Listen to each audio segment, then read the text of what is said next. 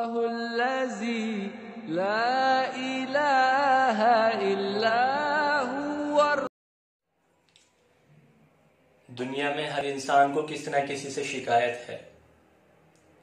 بچوں کو ماں باپ سے شکایت ہے، ماں باپ کو بچوں سے شکایت ہے کہ بچے ہمارے حقوق کو ادا نہیں کرتے ہیں. بچوں کو ماں باپ سے شکایت ہے کہ ماں باپ ہمارے حقوق کو ادا نہیں کرتے ہیں. شوہر کو بیوی سے شکایت ہے کہ بیوی ہمارے حق کو ادا نہیں کرتی ہے. بیوی کو شوہر سے شکایت ہے کہ شوہر ہمارے حق کو ادا نہیں کرتے ہیں. ہر ایک کو کسی نہ کسی سے شکایت ہے. مالک کو نوکروں سے شکایت ہے، نوکروں کو مالک سے شکایت ہے کہ ہمارے حق کو ادا نہیں کرتے ہیں. الغرض ہر ایک انسان کو کسی نہ کسی سے شکایت ہے.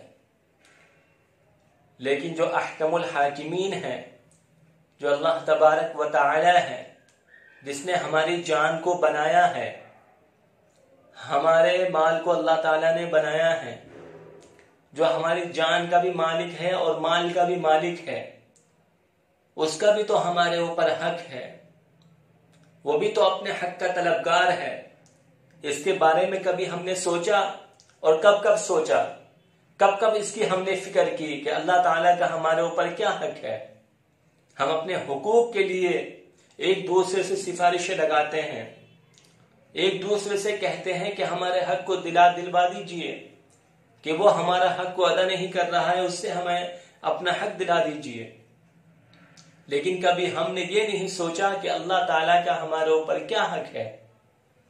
میرے بھائیوں، میری بہنوں، اللہ تعالیٰ کا ہمارے اوپر حق ہے کہ ہم اللہ تعالیٰ کی ذات کو پہچانیں، اللہ تعالیٰ کی صفات کو پہچانیں اور اللہ تعالیٰ کی عبادت میں لگ جائیں. ہمارے اوپر یہ حق ہے کہ ہم اللہ کی ذات میں کسی کو شریک نہ ٹھہرائیں. قرآن میں اللہ تعالیٰ نے ارشاد فرمایا، قُلْ هُوَ اللَّهُ أَحَدٌ اللَّهُ الصَّمَدُ، کہ اللہ ایک ہے، اللہ بے نیاز ہے.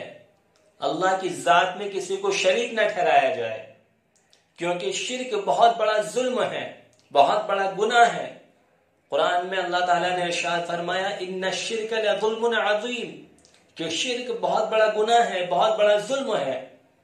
ایک جگہ اللہ تعالیٰ نے ارشاد فرمایا، ان اللہ لا یغفر ان یشرک به ویغفر ما دون ذلک لمن یشاء، کہ اللہ تعالیٰ شرک کے علاوہ تمام گناہوں کو معاف فرما دیں گے اگر چاہیں گے، لیکن شرک کو اللہ تعالیٰ معاف نہیں فرمائیں گے. اس لیے میرے بھائیوں اور میری بہنوں، ہم سب کو چاہیے کہ ہم اللہ کی ذات کو پہچانیں اور اللہ تعالیٰ کی ذات میں کسی کو شریک نہ ٹھہرائیں. جس طریقے سے ہمارے اوپر یہ حق ہے کہ ہم اللہ کی ذات کو پہچانیں اور اس کی ذات میں کسی کو شریک نہ ٹھہرائیں، اسی طریقے سے ہمارے اوپر یہ بھی حق ہے کہ ہم اللہ کی صفات کو پہچانیں اور اس کی صفات میں کسی کو شریک نہ ٹھہرائیں.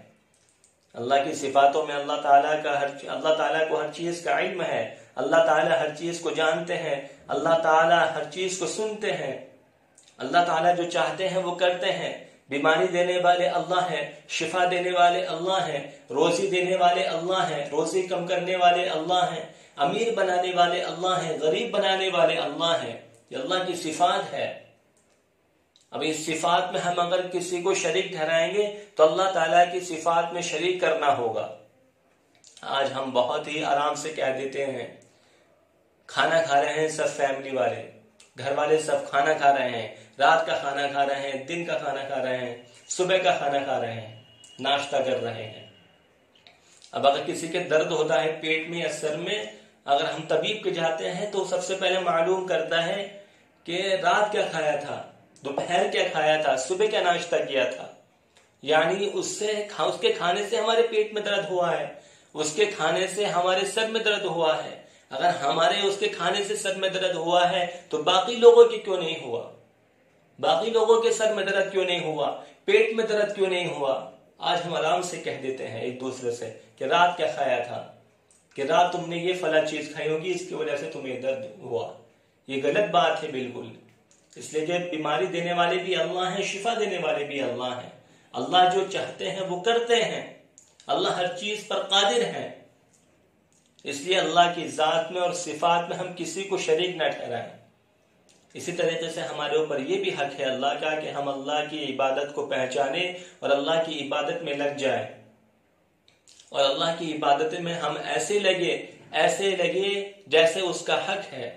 اور اس کا حق کیا ہے؟ پیارے نبی صلی اللہ علیہ وسلم نے ارشاد فرمایا، ان تعبد اللہ کأنک تراہ فإن لم تکن تراہ فإنہ یراک، کہ تم اللہ کی عبادت ایسے کرو گویا کہ تم اللہ کو دیکھ رہے ہو۔ ورنہ کم سے کم درجہ یہ ہونا چاہیے کہ اللہ تو ہمیں دیکھ ہی رہا ہے، ہم نماز پڑھ رہے ہوں، تسبیحات پڑھ رہے ہوں، قرآن کریم کی تلاوت کر رہے ہوں، کوئی سی بھی عبادت ہم کر رہے ہوں، ہمارا دھیان رہنا چاہیے اخلاص سے ساتھ ہم وہ عبادت کریں کہ اللہ تعالی ہمیں دیکھ رہے ہیں۔ کم سے کم درجہ ہمارا ہونا چاہیے کہ اللہ تعالیٰ تو ہمیں دیکھ ہی رہے ہیں، ورنہ اعلیٰ درجے کی بات یہ ہے کہ ہم اللہ کو دیکھ رہے ہیں، اس ذہان کے ساتھ ہم اللہ کی عبادت کریں۔ یہ اللہ کا ہمارے اوپر حق ہے کہ ہم سر اللہ کے سامنے جھکائیں، کسی اور کے سامنے نہ جھکائیں، ہم طواف اللہ کے گھر کا کریں، خانہ کعبہ کا، کسی اور گھر کا ہم طواف نہ کریں، ہم نظر و نیاز اللہ کے نام کی کریں، کسی اور کے نام کی ہم نظر و نیاز نہ کریں۔ اللہ تعالیٰ سے ہم اللہ تعالیٰ کے سامنے ہم فریاد رکھیں، دعائیں اللہ تعالیٰ سے مانگیں، اس لیے کہ ہر چیز کا حل اللہ تبارک و تعالیٰ کے پاس ہے۔ اللہ تعالیٰ جو چاہتے ہیں وہ کرتے ہیں، جیسا چاہتے ہیں ویسا کرتے ہیں، دنیا کو جیسے چاہتے ہیں ویسے چلاتے ہیں۔ اللہ تعالیٰ ہر چیز پر